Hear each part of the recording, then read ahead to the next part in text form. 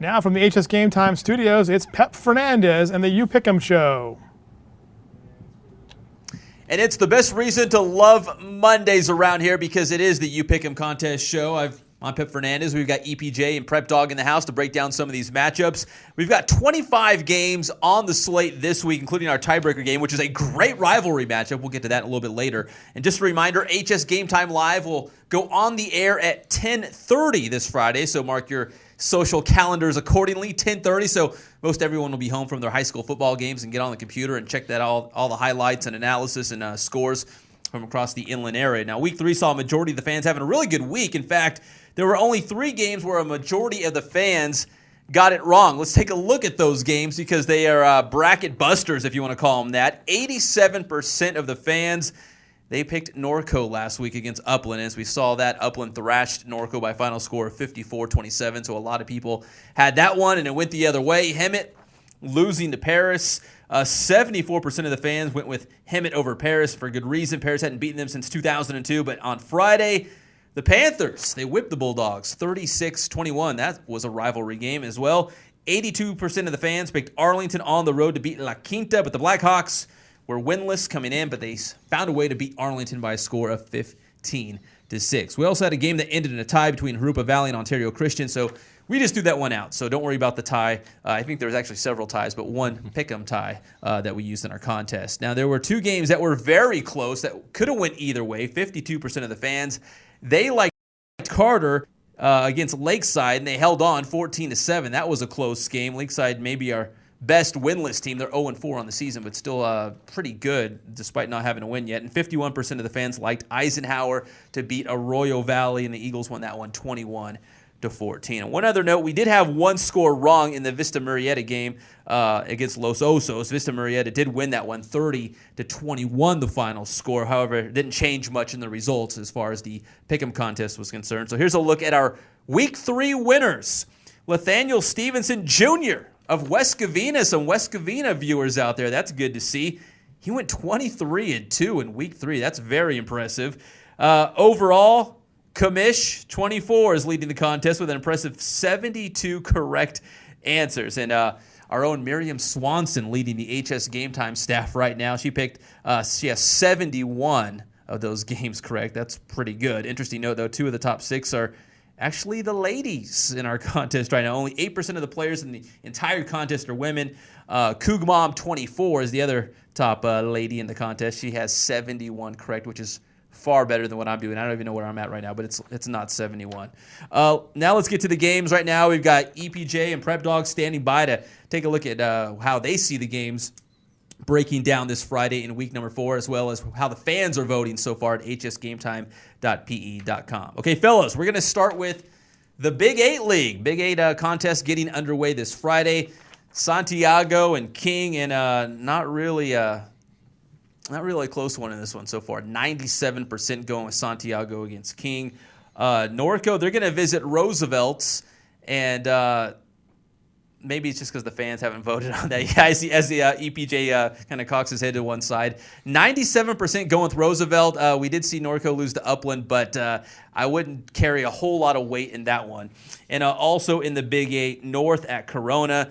Everybody likes North right now, coming off some big wins, and we got to get some Corona folks out there and get some votes on there for Corona. But right now, everybody going with North in this one. All right, guys, so taking a look at the Big 8, let's go back to that Norco Roosevelt. Is it because the Norco fans haven't voted yet, or what? I think Lewis said that one's actually flipped. So I think it's flipped? It's a Norco at 97%. I don't think it should be that wide of a spread either way. So Norco, struggled last week. Obviously, I mean that was a close game, and they just had 3 terrible minutes at the end of the first half that kind of put that game out of reach. It's a game they've played 4 times before, and they split 2-2. It's a big rivalry game, especially for Roosevelt. I mean, this is kind of their neighborhood rival, and this is the one they tend to get fired up for. So, but Roosevelt still some offensive issues with Aaron Crone out, potentially out for the season if they decide to have surgery on his shoulder. So, Norco still has a great running game, and I just think right now, they'll be able to put things together. Roosevelt's offense, they can throw the ball, which could pose some problems for Norco's defense, but I like Norco in this one. Could it be close, Prep Dog? I also like Norco in that game, whether Cron plays or not.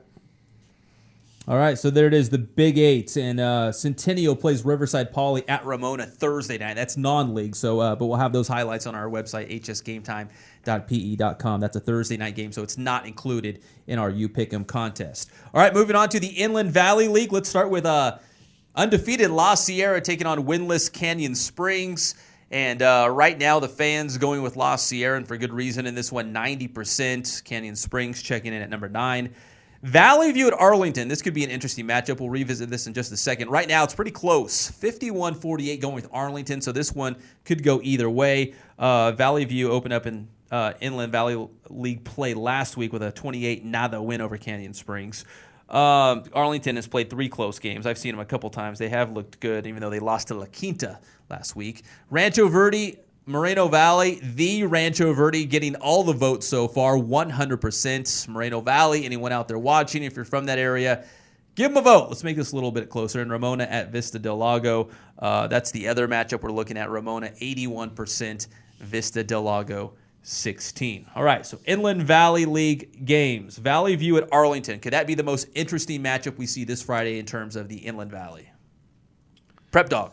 I think it could be. I do like Valley View in that game to continue their unbeaten string behind Michael Harrison. I kind of agree with that. This is kind of, different. For Valley View, usually in the past couple of years they've tended to start off slow and they get stronger. As the season goes along. So it's kind of good to see them off to a 4-0 start. And like I said, Michael Harrison right now, definitely the workhorse, and it's going to be tough for Arlington there. I think it'll be a low-scoring game. Both teams are very physical and big on the lines, kind of their fortes. But I do like Valley View right now. I think they're kind of rolling and riding that momentum that they usually haven't had at the beginning of the year. Now Arlington won this game against Valley View 41-18 last season. Does that carry much weight as we head into 2011? I think you kind of look at that and you see Superior Reed and some of those guys who were instrumental in Arlington's season last year, not there. So I think, you can't put too much weight on that. We just got to look at Derek Stokes, good running back for Arlington. Now let's move on to the San Andreas League. Let's start with Arroyo Valley at Carter. Arroyo Valley still looking for their first win of the season. Carter 3-0 right now, 97% going with Carter in this San Andreas League tilt. Rialto at Colton. Man, Colton is falling on hard times, but right now it looks like the fans actually like Colton in this one at 61% against Rialto. Rialto's 2-1 on the season, coming off a loss to unbeaten Oak Hills, but the Knights have beaten La Quinta, so that was a nice win for them. Colton's been outscored 118-17 so far this season, so we'll see if Colton get back on track against Rialto. San G at Pacific. Somebody's got to win this game. They're both winless. San G, 96% of the vote by the fans right now, 96-4%. And Cajon at San Bernardino. Cajon, one of the better teams in the inland area.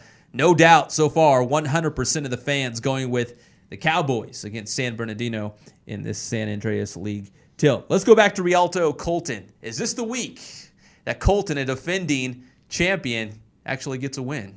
Yeah, I'm actually going to say no on that. I think Rialto right now, obviously that win over La Quinta is definitely shows that they're in that program. I think Colton's still struggling right now. So, it's probably a big game for Colton. If Colton doesn't win this one, they're seeing their playoff hopes potentially slipping away. So, I do like Rialto. I think they've been able to, play some pretty good games right now. And that victory over La Quinta is definitely an eye-opener. So. Colton's played some good teams right leading up to it, right? But, just haven't been competitive in these games. So. Prep Dog, are they going to find the magic this week? I don't think so. No? I also like Rialto because of their speed. When I saw Colton, they looked pretty slow afoot, and I realized they had some injury problems for that game. But I just don't think that they're going to be able to keep up with a fleet Rialto team. Cajon, the cream of the crop, right? And San Andreas, we all agree on that? Yeah, and I think they're definitely there. And I think, I think Carter is maybe the one that could be flying under the radar right now. Alex Pierce definitely has got a pretty good defensive squad over there. So they're going to be right in that mix as well. I think San Gorgonio could be in the mix. I think their 0-3 record isn't indicated. They played pretty well against Rev. Yeah, I mean, they've played Least for Redlands, half. East Valley, Rancho Verde, and Ukaipa. So they've played four teams, or 3 teams that are all undefeated. So. All right, from the Big 8 to the Inland Valley to the San Andreas, and now some non-league contests shaping up in week number 4. We have Banning at San Jacinto. Banning's winless. San Jacinto's 3-1. They've dominated the series of late. And the fans, well, they've done their homework. They know that 99% going with San Jacinto. And this one, Banning's been outscored 125-31 so far this season. Heritage at Hemet. Heritage suffered their first loss of the season this past week against the Rancho Verde. That's a very good team, though. Heritage 3-1 at 1-3. Hemet coming off that loss to Paris. Great Oak taking on Eisenhower. Great Oak's 2-2. Eisenhower's 2-1.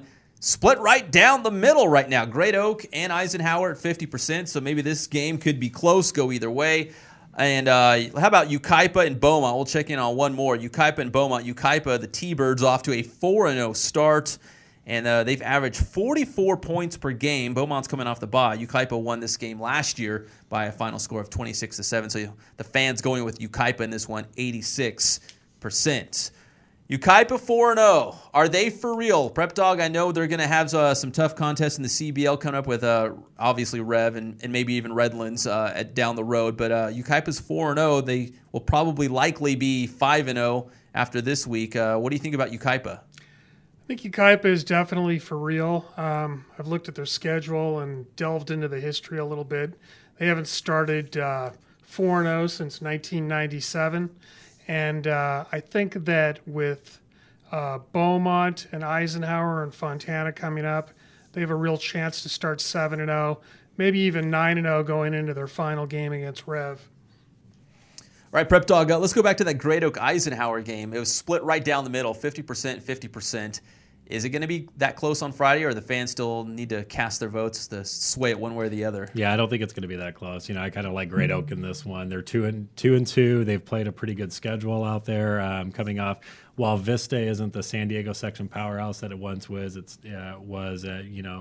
Great Oak pretty much handed Vista a pretty big loss there, and Jacob Certeza, their big running back, came back into the lineup last week, had a big game, and Carson Luna at quarterback had a big game. So I like Great Oak big in this one. So all right, moving on, another couple non-league contests. Pep, just real quick here, Yes. from the control room, It is Heritage handily over Hemet, like 99%. 99%. There you go. I know we were all very curious. We thought it would be maybe 50% down the middle with him no way. really coming in strong with the fans out there.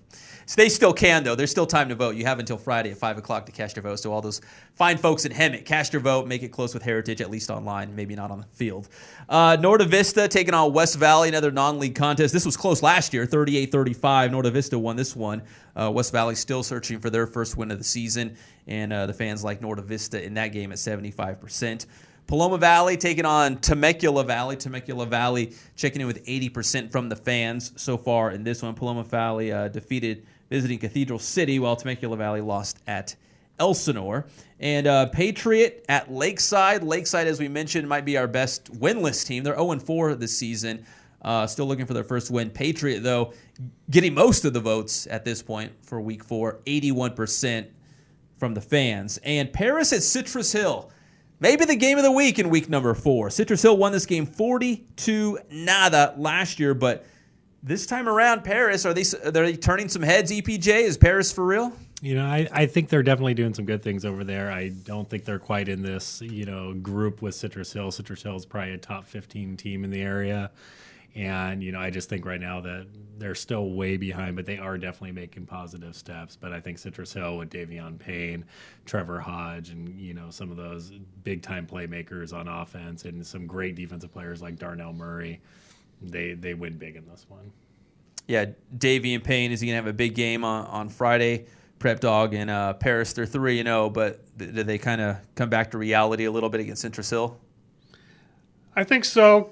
Coach Howard Boyd's going to be on me for saying that. I don't know that Payne will have a huge game because they seem to be spreading the ball around a lot, but they do have so many playmakers and the stoutness up front that I don't think Paris is going to be able to keep up with them.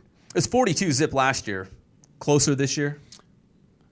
Yeah, maybe a little bit. Little bit. I still think, looking 3 or 4 touchdowns. I mean, it's one of those things, like I said, Citrus Hill, just way too many playmakers right now. All right, Prep Dog, I know you've been waiting all week for these games. Redlands at Rancho Cucamonga. They won in Florida.